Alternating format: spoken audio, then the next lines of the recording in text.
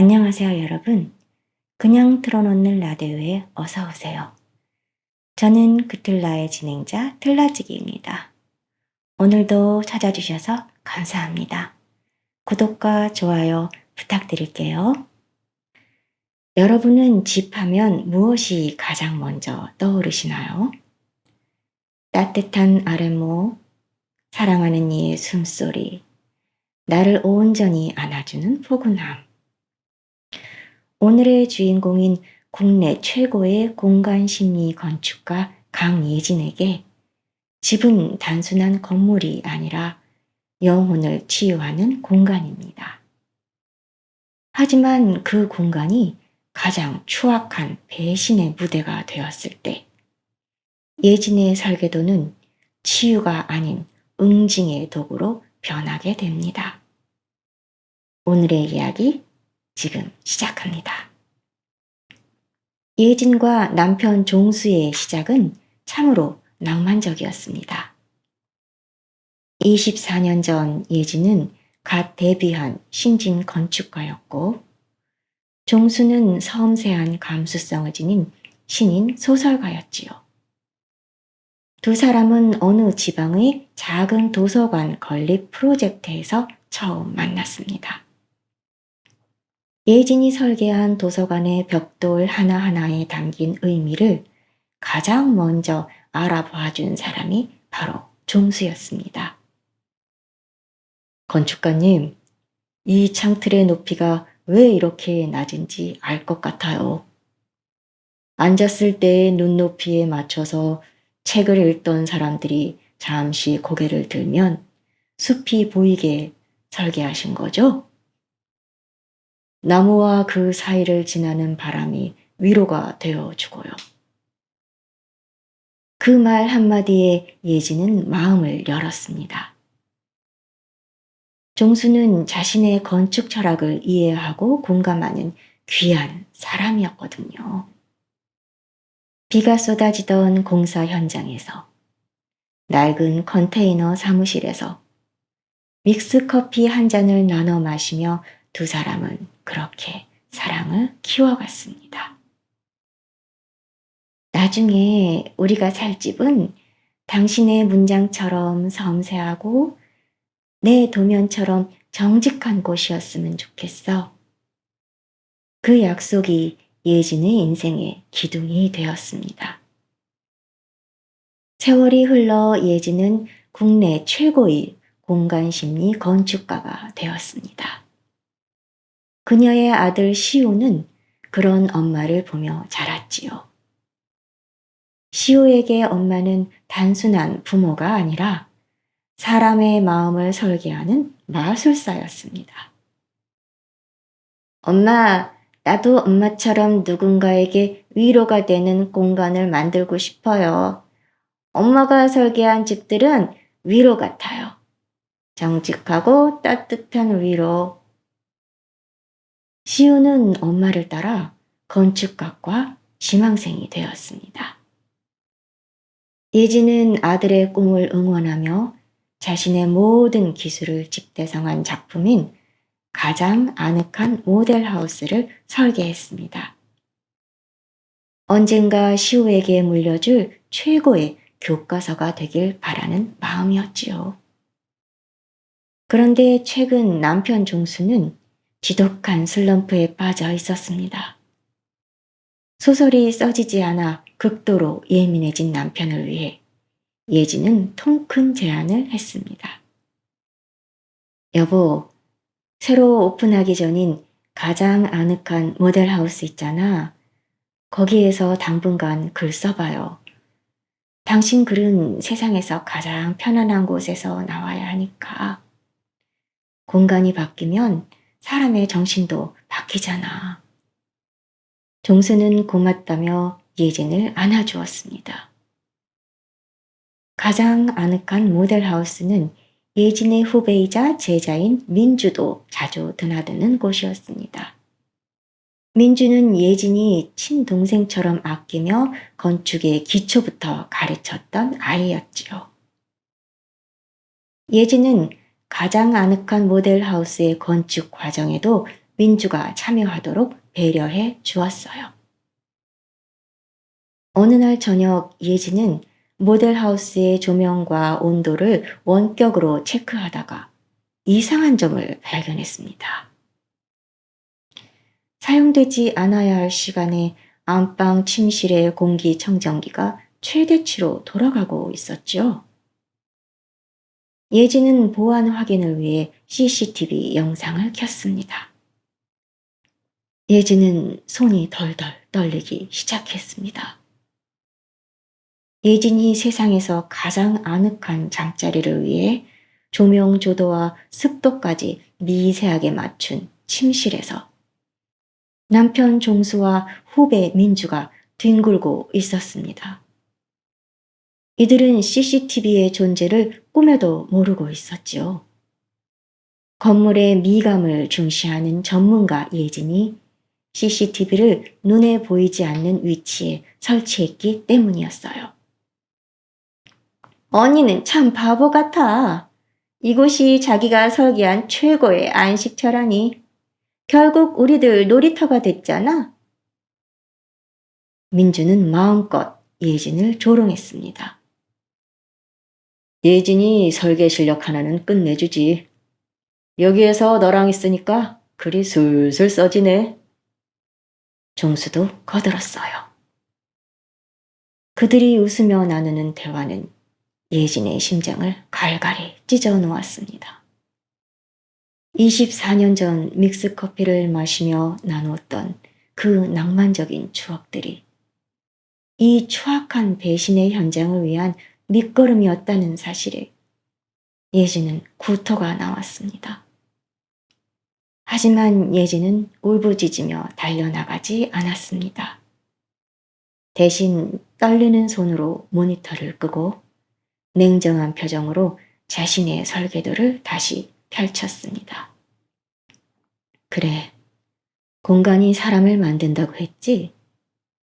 내 설계가 너희에게 세상에서 가장 아늑한 침실을 제공했다면 이제는 너희의 영혼이 썩어 문드러질 가장 완벽한 감옥을 제공할 차례야. 이제 건축가 예진의 치밀하게 설계된 복수가 시작되었습니다. 예진은 하얗게 질린 얼굴로 거실에 앉아서 가족을 기다렸습니다. 손에는 위조된 희귀 질환의 진단서가 들려 있었지요. 종수와 아들 시우를 불러앉힌 예진이 떨리는 목소리로 폭탄 선언을 했습니다. 나 유전자 변이 희귀병에 걸렸대. 아직까지 치료약은 개발되지 않았고 겉으로 보기엔 멀쩡해도 이르면 6개월 안에 급사할 수도 있는 병이래. 종수는 가증스럽게도 예진을 껴안으며 오열했습니다. 말도 안 돼. 우리가 어떻게 여기까지 왔는데. 하지만 예진은 느낄 수 있었습니다. 자신을 아는 남편의 어깨가 슬픔이 아닌 해방감으로 미세하게 떨리고 있다는 것을요. 하지만 진짜 비극은 아들 시우였습니다. 건축가를 꿈꾸며 엄마를 세상의 중심이라 믿었던 아이. 시우는 그대로 무너져 내려 엄마의 무릎에 얼굴을 파묻고 짐승처럼 울부짖었습니다. 엄마, 안 돼요. 내가 아직 아무것도 엄마에게 해준 게 없는데. 예진은 시우의 머리를 쓰다듬으며 마음속으로 시우에게 말했어요. 미안해, 시우야. 너를 속이는 이 시간이 엄마에겐 가장 큰 지옥이야. 하지만 이렇게 해야 저 괴물들을 완벽하게 해치울 수 있어. 재산 정리를 하자는 종수에게 예진은 마지막 소원을 말했습니다. 종수 씨, 나 죽으면 당신이 슬픔에 무너질 거 알아. 하지만 나에 대한 추모는 잠시만 해줘. 내가 온 힘을 다해 당신을 위한 안식처, 나를 위한 역작을 지을 거야. 당신이 그 집에서 죽을 때까지 나를 기억하며 평안하게 살아준다면 난 하늘나라에 가서도 더할 나위 없이 기쁠 것 같아. 그게 사랑하는 당신을 위한 내 마지막 선물이야. 종수는 신이 나서 몰래 민주와 문자를 주고받았지요. 이렇게 일이 풀리네. 예진이가 우리 살 집을 지어준대. 보험금에 건물까지. 우리 인생 역전이야. 민주는 콧노래를 불렀죠. 언니가 죽기 전에 정말 좋은 일 하나 하고 가네. 두 사람은 예진이 짓는 집이 자신들의 낙원이 될 거라 확신하며 예진의 설계도에 감탄을 내뱉었습니다. 예진은 서재에 틀어박혀 밤새 설계도를 그렸습니다. 겉으로 보기엔 통창이 시원하게 뚫린 모던한 저택이지만 그 안은 공간 심리학적 고문 도구들로 가득했지요. 거실과 침실의 조명은 인간의 생체 리듬을 파괴하는 차가운 청백색 고색 온도로 고정되었습니다. 이곳에 머무는 사람은 멜라토닌 분비가 억제되어 만성 불면증과 극도의 공격성에 시달리게 되지요. 그리고 바닥의 수평을 육안으로는 절대 알 수 없을 만큼 미세하게 기울였습니다. 뇌는 수평이라고 믿지만 속귀의 전정기관은 계속해서 오류 신호를 보냅니다. 입주자는 원인 모를 메스꺼움과 구토, 극심한 어지럼증에 시달리며 서로를 탓하게 되지요. 그뿐만이 아니었습니다. 안방으로 가는 복도는 일반적인 폭보다 좁고 천장은 비정상적으로 높게 설계했습니다. 이 불균형한 비례는 압박감과 고립감을 극대화해 복도를 지날 때마다 누군가 뒤에서 쫓아오는 듯한 폐쇄 공포증을 유발합니다. 공사가 시작되자 시우는 휴학까지 고민하며 엄마 곁을 지키려 했습니다. 엄마, 공사 현장은 위험해요. 내가 대신 갈게요. 시우는 밤마다 엄마의 방문 앞에서 죽음을 기다리는 공포에 질려 야위어 갔습니다. 예진은 화장실에서 마른 세수를 하며 거울 속 자신에게 속삭였습니다. 조금만 더 버텨, 시우야. 저들이 네 아빠라는 이름으로, 내 제자라는 이름으로 우리를 모독한 대가를 반드시 치르게 할 거야. 이 집의 벽돌 하나하나가 모두 저들을 공격하게 할 거야. 예진은 종수에게 아파트를 처분해서 내놓고 건물 짓는 데 보태자고 권했습니다. 집 짓는 데 모자라면 안 되잖아. 종수는 나중에 다 자기 것이 될 거라는 생각에 의심 없이 전 재산을 쏟아부었지요. 심지어 민주를 통해 예진이 건축회사에서 공금도 빼돌렸습니다. 이제 덫은 완성되었습니다. 화려한 준공식이 다가올수록 종수와 민주의 웃음소리는 커져가고 예진의 눈빛은 점점 더 스산한 죽음의 빛을 띠기 시작했습니다. 밤늦게까지 엄마의 서재를 지키던 시우는 우연히 책상 위에 펼쳐진 신축 저택의 상세 도면을 보게 되었습니다. 엄마가 평소 입버릇처럼 말하던 사람을 위한 건축과는 정반대의 수치들이 도면 가득 적혀 있었어요. 엄마, 이 도면 좀 이상해요. 복도 폭이 왜 이렇게 좁아요? 그리고 바닥 수평 수치가 왜 이래요? 이건 단순한 실수가 아니잖아요. 엄마 실력에 이런 설계를 할 리가 없는데 대체 왜 이렇게 하신 거예요? 시우의 눈에는 보였던 겁니다. 이 집은 살기 위한 안락한 공간이 아니라 누군가를 괴롭히기 위한 화려한 감옥으로 설계되었다는 것을요. 예지는 떨리는 손으로 아들의 눈을 바라보았습니다. 숨기려 했지만 이미 건축가로 성장한 아들의 눈을 속일 수는 없었습니다. 결국 예지는 아무 말 없이 가장 아늑한 모델하우스 침실의 영상을 시호에게 보여주었습니다.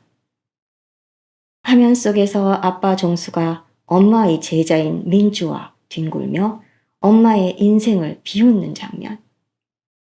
시우는 그대로 굳어버렸습니다.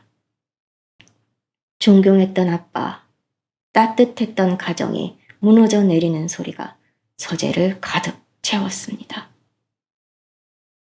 시우야, 엄마가 희귀병이라고 속인 거 미안해. 하지만 저들이 우리를 모독한 곳에서 저들을 내가 직접 설계한 지옥에 갇히게 하려고 그랬던 거야.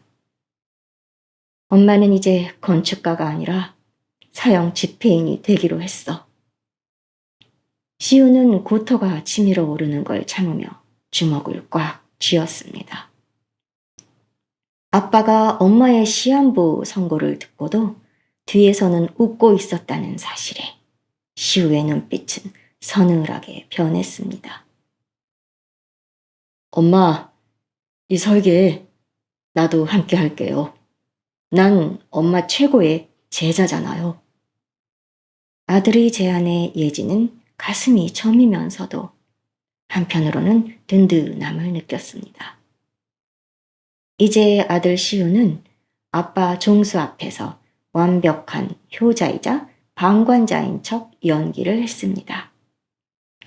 시한부 엄마 때문에 괴로워하다가 결국 모든 걸 체념한 듯한 무기력한 모습으로 아빠를 안심시켰지요. 아빠, 저 결심했어요. 엄마 돌아가시면 이 집 아빠께 드릴게요. 전 엄마 흔적이 가득한 한국에선 도저히 못 살겠어요. 바로 유학 떠날 테니까 아빠라도 이 집에서 엄마 생각하며 행복하게 사세요. 종수는 속으로 쾌재를 불렀습니다. 거추장스러운 아들놈까지 제 발로 나가주겠다니? 민주와 함께할 완벽한 파라다이스가 눈앞에 보였거든요. 종수는 시우의 어깨를 토닥이며 가식적인 위로를 건넸습니다. 그래, 우리 아들. 참 기특하구나. 네 목까지 내가 이 집 잘 지킬게. 종수는 이 소식을 민주에게 한시라도 빨리 전하려고 뛰어나갔습니다. 그 뒷모습을 바라보는 시우의 입가에 서늘한 미소가 번졌습니다. 그래요, 아빠. 꼭 지키세요.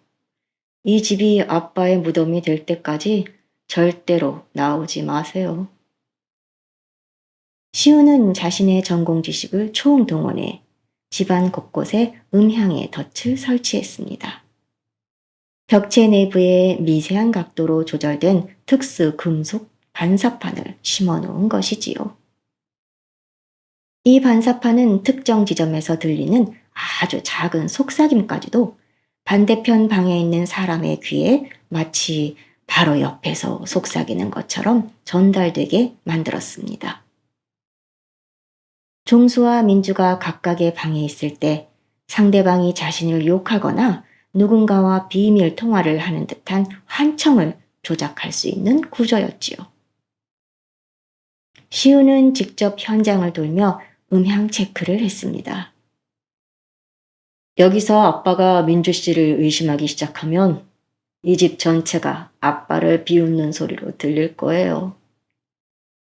집이 완공되던 날, 예지는 마지막 승부수를 던졌습니다. 획기적인 치료법이 개발되었다고 알리며 조용히 미국으로 떠난 것입니다. 사실 예지는 미국에 가지 않았습니다. 집 근처의 한 조용한 오피스텔에 숨어 있었지요. 그리고 한 달 뒤, 종수에게 청천벽력 같은 소식이 전달되었습니다.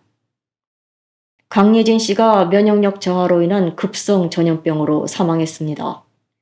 추가 감염 위험으로 인해 시 씨는 현지에서 즉시 화장되었습니다. 장례식조차 치를 수 없는 상황이었고 미국에서 거주하고 있는 예진의 이모가 유해를 수습했다고 종수에게 알려졌습니다. 시우는 급하게 미국으로 출국하겠다고 아빠에게 말했습니다. 물론 시우는 미국이 아닌 엄마의 거처로 옮겼을 뿐이었지요. 종수는 가증스럽게도 눈물을 훔치며 시우를 안았습니다. 그리고는 곧바로 민주에게 달려갔지요. 이제 정말 우리 세상이야. 예진의 온기가 채 가시기도 전에 그들은 예진이 남긴 역작으로 이주했습니다. 그것이 제 발로 무덤에 들어가는 것인 줄도 모른 채 말이지요. 잡지 화보처럼 아름다운 거실. 하지만 입주한 지 일주일 만에 시우와 예진이 심어놓은 신경학적 지뢰들이 터지기 시작했습니다. 한 기구에서는 인간의 귀에는 들리지 않지만 뇌에는 심각한 불안과 압박감을 주는 20Hz 이하의 저주파음이 24시간 내내 흘렀습니다. 그리고 기울어진 바닥은 종수의 평형 감각을 서서히 무너뜨렸습니다. 밥을 먹다가도 갑자기 헛구역질이 나고 자고 일어나면 머리가 깨질 듯 아팠습니다. 환각 증세가 생긴 종수는 민주를 쳐다보며 생각했습니다. 얘가 내 재산을 노리고 음식에 약을 타는 게 아닐까? 평화롭던 식탁엔 이제 젓가락 부딪히는 소리 대신 서로를 향한 날카로운 시선만 오갔습니다. 민주를 괴롭히는 건 거울이었습니다. 복도 끝, 화장실, 욕실. 예진이 치밀하게 계산한 거울의 각도는 사각지대를 이용해 기괴한 굴절을 만들어냈습니다. 민주는 수시로 비명을 질러댔어요. 종수 씨, 방금 봤어? 거울 속에 예진 언니가 서 있었어. 나를 보고 웃고 있었다고. 종수는 그런 민주를 미친 사람 취급했습니다. 하지만 민주의 눈엔 선명했어요. 거울 속 굴절된 빛이 만들어낸 잔상이 마치 예진의 서늘한 미소처럼 그녀를 따라다녔습니다. 민주는 집안의 모든 거울을 천으로 가리기 시작했지만 그럴수록 폐쇄 공포는 더욱 그녀를 조여왔습니다. 한편 오피스텔에서 예진은 아들 시우와 함께 태블릿 PC를 보고 있었어요. 그곳엔 집안 곳곳에 숨겨진 스마트홈 센서가 보내오는 정보들이 실시간으로 기록되고 있었습니다. 엄마, 보세요. 아빠가 주방에서 민주 씨랑 대판 싸우고 있어요. 민주 씨가 아빠에게 물컵을 던지고요. 아빠는 자기 속이 안 좋은 게 다 민주 씨 탓이라고 소리를 지르고. 예상보다 훨씬 빠르네요. 공간은 정직하기 때문이야, 시우야. 추악한 것들이 담기기엔 그 집이 너무 깨끗하거든. 이제 시작이야. 서로의 밑바닥을 다 긁어낼 때까지 절대 멈추지 않을 거야. 시우는 아빠의 고통을 보면서도 표정 하나 변하지 않았습니다. 엄마의 설계도가 집행하는 형벌을 목격하며 아들은 소년의 티를 벗고 어엿한 어른으로 성장하고 있었습니다. 입주 한 달째, 집안을 가득 채운 고색 온도의 푸른 조명은 두 사람의 뇌를 24시간 각성 상태로 몰아넣었습니다. 두 사람은 이성을 잃었고 신경은 팽팽하게 당겨진 활 시위처럼 변해갔습니다. 종수는 매일 밤 거실 바닥을 기어다니며 구토를 했습니다. 기울어진 바닥 때문에 생긴 만성 어지럼증은 그를 공포로 몰아넣었죠. 이제 종수는 핏발선 눈으로 민주를 노려보았습니다. 야, 너 여기 음식에 뭐 탔지? 넌 나를 죽이고 이 집 네가 가지려는 거지?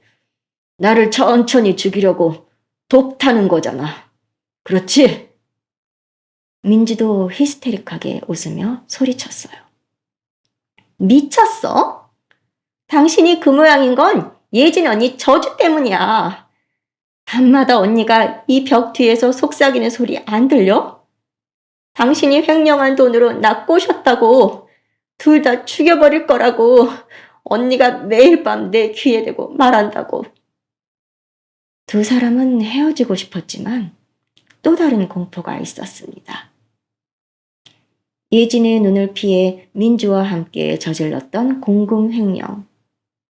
이제 그 범죄는 두 사람을 묶는 동아줄이 아니라 서로의 목을 조르는 올가미가 되었습니다. 너 그 장보 어디다 숨겼어? 너 그거 들고 경찰서에 가서 나 밀고 하려고 그러지? 나만 감옥에 보내고 너 혼자 이 집 차지하려고. 종수는 민주가 잠든 사이 그녀의 휴대폰을 뒤지고 가방을 난도질했습니다. 민주는 그런 종수를 보고 공포를 느꼈습니다. 민주에게 종수는 더 이상 사랑하는 연인이 아니라 언제 자신을 해칠지 모르는 위험한 괴물일 뿐이었습니다. 민주는 밤마다 문을 걸어 잠그고 머리맡에 과도를 둔 채 겨우 눈을 붙였습니다. 하지만 시우가 설치한 음향 반사판을 통해 들려오는 종수의 거친 숨소리는 마치 바로 옆에서 들리는 듯 민주를 압박했습니다. 마침내 사건이 터지고 말았습니다. 주방에서 물을 마시던 종수가 어지럼증에 유리컵을 깨뜨리고 그 소리에 극도로 예민해져 있던 민주가 비명을 지르며 달려나온 것입니다. 죽이려고 그랬지? 당신 방금 나 죽이려고 했지? 종수도 완전히 미쳐 있었지요. 이 미친년이 진짜? 그래, 차라리 죽여줄게. 네가 없어져야 내가 살 수 있어. 좁고 긴 복도에서 시작된 몸싸움은 거실로 번졌습니다. 예진이 설계한 그 우아한 대리석 바닥 위로 고급 가구들이 박살나고 서로의 머리채를 휘잡은 채 뒹굴었습니다. 네가 먼저 꼬셨잖아. 네가 예진 언니 죽기만 기다리자며. 민주가 소리쳤습니다. 닥쳐! 그 돈 네가 다 썼잖아. 이 기생충 같은 년아. 종수도 지지 않고 맞받아쳤지요. 서로의 치부를 가장 저열한 언어로 쏟아내며 한때 사랑이라 믿었던 감정은 이제 악취나는 오물처럼 거실 바닥에 흩뿌려졌습니다. 공포가 이성을 완전히 집어삼킨 순간 민주는 떨리는 손으로 바닥에 떨어진 휴대폰을 집어들었습니다. 종수가 자신을 정말로 죽일지도 모른다는 극도의 공포 때문이었지요. 민주는 오열하며 경찰서에 전화를 걸었습니다. 살려주세요. 여기 사람이 죽이려고 해요. 남편이, 아니, 같이 사는 남자가 저를 죽이려고 해요. 횡령도 했어요. 다 말할게요. 제발 와주세요. 종수는 놀라서 민주의 휴대폰을 뺏으려 했지만 이미 늦었습니다. 사이렌 소리가 멀리서 들려오기 시작했지요. 그 지옥 같은 집안에서 서로를 증오의 눈으로 노려보며 헐떡이는 두 사람. 그때 요란한 사이렌 소리와 함께 경찰들이 집안으로 들이닥쳤습니다. 거실은 그야말로 아수라장이었지요. 수천만 원짜리 수입 소파는 갈갈이 찢겼고 고가 장식품들은 깨져서 파편이 되어 널브러져 있었고요. 종수가 외쳤습니다. 형사님, 저 여자 잡아가세요. 저 여자가 내 음식에 독을 탔어요. 나를 죽이고 이 집을 빼앗으려고 했다고요. 민주도 머리카락이 사한발이 된 채 비명을 질렀지요. 아니에요. 이 인간이 횡령한 거 들킬까봐 나를 입막음하려고 때린 거예요. 이 집은 원래 예진 언니 거란 말이에요. 서로를 가해자로 지목하며 짐승처럼 울부짖는 두 사람. 수갑이 채워지는 순간에도 그들은 서로의 목을 물어뜯을 듯 저주를 퍼부었습니다. 그 시각 이 모든 광경을 CCTV로 지켜보고 있는 예진과 아들 시우. 엄마, 경찰 도착했어요. 이제 정말 끝이네요. 예진은 천천히 찻잔을 내려놓으며 나직하게 읊조렸습니다. 아니, 시우야, 이제부터 시작이야. 지금부터 저들은 좁고 차가운 진짜 감옥에서 평생 서로를 증오하며 썩어갈 거야. 시우야, 어서 출발하자. 잠시 후 아수라장이 된 거실로 정갈한 네이비 코트 차림의 예진과 그 곁을 묵묵히 지키는 아들 시우가 걸어 들어왔습니다. 종수와 민주는 귀신을 본 듯 눈동자가 뒤집혔습니다. 여보, 너 죽었잖아. 화장까지 했는데. 예진은 천천히 다가와 깨진 유리 조각을 구두 끝으로 밀어내며 말했습니다. 미안해서 어쩌나? 내가 좀 명줄이 길어. 희귀병이니 전염병이니 그건 당신들이 내 유산을 빨리 집어삼키게 하려고 내가 준비한 작전이었어. 네가 나한테 조금이라도 애정이 있었다면 금방 눈치챌 수 있었을 텐데. 예진은 품에서 두툼한 서류 뭉치와 태블릿 PC를 꺼내 형사에게 건넸습니다. 그 안에는 두 사람이 예진 몰래 법인 자금을 빼돌린 상세 내역과 지난 한 달간 이 집안에서 벌어진 추악한 폭행 영상이 고스란히 담겨 있었습니다.